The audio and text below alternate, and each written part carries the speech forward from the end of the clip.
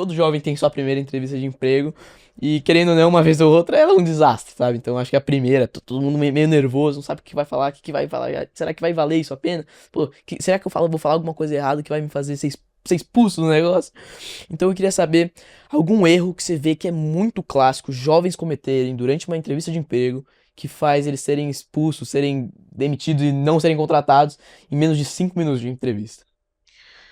Não é o nervosismo, não é a falta de experiência, mas com certeza é a falta de demonstração de interesse. Sem sombra de dúvida, aqueles 5 minutinhos, quando a pessoa se prepara, se for online, se for presencial, sabe aonde, qual que é a vaga que ela está fazendo, leu a descrição, pesquisou sobre a empresa. Pesquisar sobre a empresa não é só ler o site.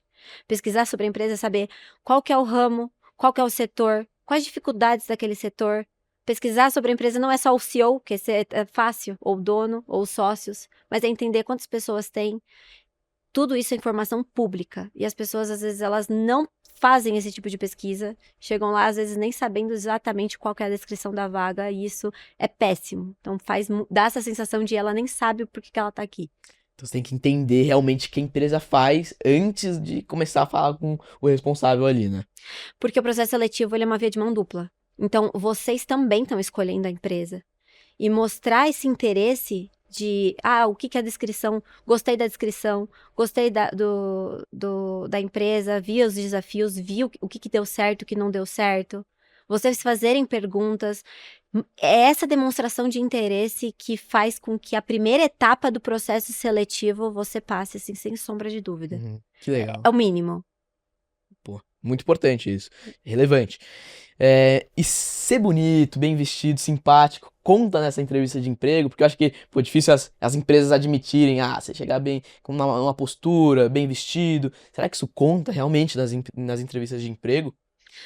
Ajuda. E quem falar que não tá sendo honesto. Mas eu acho que o mais importante não necessariamente é a parte superficial, mas é o quanto que a sua imagem, ela demonstra o seu nível de respeito por aquele ambiente. Então, o que que a minha imagem está transmitindo? Não necessariamente é eu ser bonito ou não, mas você ter esse nível de respeito com o ambiente que você tá, demonstra educação, atenção, organização. Então, não é apenas um sorriso bonito, mas é o todo. Então, o quanto que essa pessoa, ela se dedicou para aquele momento, Sim. entendeu? Então, Uhum. e o se vestir bem não é só o social, eu estou me vestindo conforme o ambiente que eu tô. Mostra que você respeita não só a pessoa que tá ali com você, como o ambiente. Isso conta demais. Com certeza, sem dúvida. E o processo seletivo, ele é muito bem, sabe, muito bem colocadinho ali e não é todo mundo que passa. E você já entrevistou muitas pessoas, né? Por mais que você seja nova e já está num cargo de liderança, né? Já entrevistou muitas pessoas. E como sabemos, não é todo mundo que passa. Só que dessas que passam, o que faz elas diferentes? João, menos de 20%, eu acho, dos currículos que eu recebo, eles passam de etapa. Qual que é o maior diferencial? As pessoas se preparam baseadas nos currículos delas. Elas precisam basear o currículo dela com aquilo que a vaga está exigindo. Então, não adianta eu fazer uma entrevista e, às vezes, a pessoa ela estudar o próprio currículo e não conseguir correlacionar o currículo com o que a vaga está pedindo. Então, num processo seletivo, existem várias etapas e cada empresa tem o seu. Mas é basicamente o mesmo padrão. Então, tem uma etapa cultural, tem uma etapa técnica, às vezes tem um teste. O que faz a pessoa chegar na etapa final? Ela tem que passar em todos os processos. Então, se eu estou falando sobre cultura, se a primeira etapa é com o RH, deixa eu correlacionar a minha história com, com o diferencial que está na descrição de cargo. Então, descrição de cargo, que a gente chama, né, de job description, tem requisitos, tem responsabilidades, diferenciais. Então, naquela etapa, você vai mostrar o seu perfil comportamental. Na etapa técnica, você vai correlacionar a descrição que está ali e o seu currículo com o que eles estão pedindo. Então, eu vou trazer um exemplo, em investimentos mesmo. Tem vários, tem portfólio, tem macro, tem micro, tem privados. Então, se eu estou pedindo um analista de investimento, que é o título do cargo, Tá bom, é amplo. Na descrição, ele tá pedindo o quê? Qual que é o meu nível técnico que eu tenho que trazer?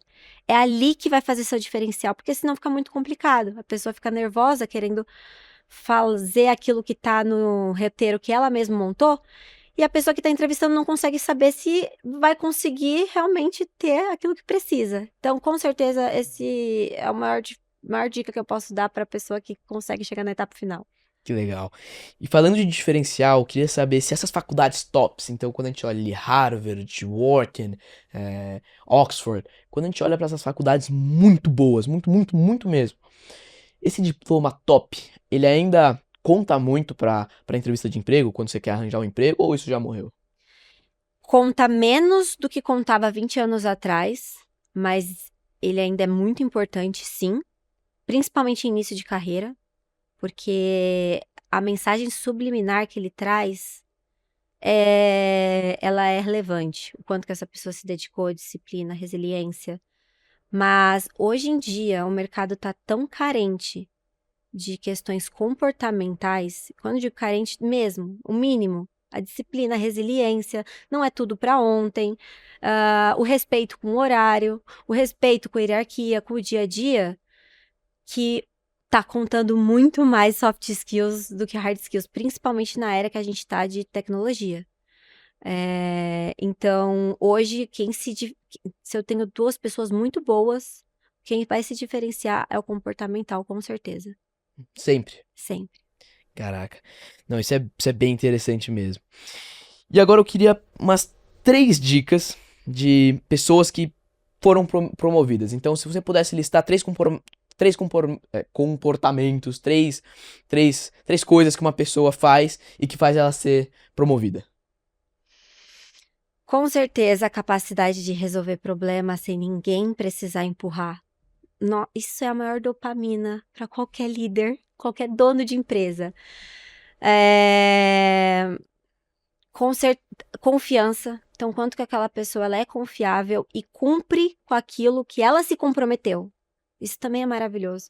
Então, se eu for fazer alguma coisa, se eu tô falando que eu vou fazer, eu saber que eu posso confiar, porque tudo que você me fala que vai fazer, você faz, acelera demais. E por último, você saber ouvir feedback e evoluir com isso. Você pode não concordar com o feedback, mas você precisa levar em consideração para evoluir com isso. Não é à toa que esse feedback está vindo até você. Então, eu posso não demonstrar dessa forma, mas o que eu estou fazendo, como eu estou agindo para a pessoa achar isso. Se você tiver esses 3, independente de senioridade, eu estou tentando falar de uma forma mais genérica, não tenha a menor dúvida que você já vai ser um diferencial. Claro. E me dê mais 3, só que agora, que fazem as pessoas ficarem estagnadas ali no mesmo cargo, sem mover, às vezes até sendo rebaixado. Rebaixado é mais difícil, tá? Uhum. Principalmente aqui no Brasil. Mas eu gosto quando você fala estagnado, tá? Por quê? Porque quando uma empresa ela cria uma descrição de cargo com requisitos, né, obrigações e tudo mais, é basicamente o contrato. O combinado não sai caro. Seu salário é isso. Então as pessoas falam assim às vezes: "Ah, não, eu tô fazendo muito, eu tô fazendo é o combinado. Você tá sendo pago para isso". Então, se eu quero crescer, se você faz o mínimo necessário, você fica estagnado. Que é o mínimo necessário. Ah, eu só faço isso. Ah, aquilo ali não é meu escopo. Ah, aquilo eu não sei fazer. Então, aquilo na verdade é do fulano, né? Você fala com ele. Então, o mínimo necessário. Colocar a culpa nos outros. Tudo é culpa dos outros, nada é culpa sua. E quem tem dificuldade com isso, lê o livro Extreme Ownership, sem sombra de dúvida. Porque, é porque eu já cobrei, ele não me responde. Eu já mandei e-mail, mas não deu retorno. Quando a responsabilidade é sua. Então, se você precisar gritar, ir pra lá, pegar um carro e ir até a casa do fulano, faça. Mas não coloca a culpa nos outros. E por último, eu acho que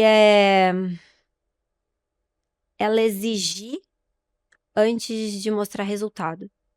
Então, ela querer ser recompensada pelo esforço e não pelo resultado. Uhum.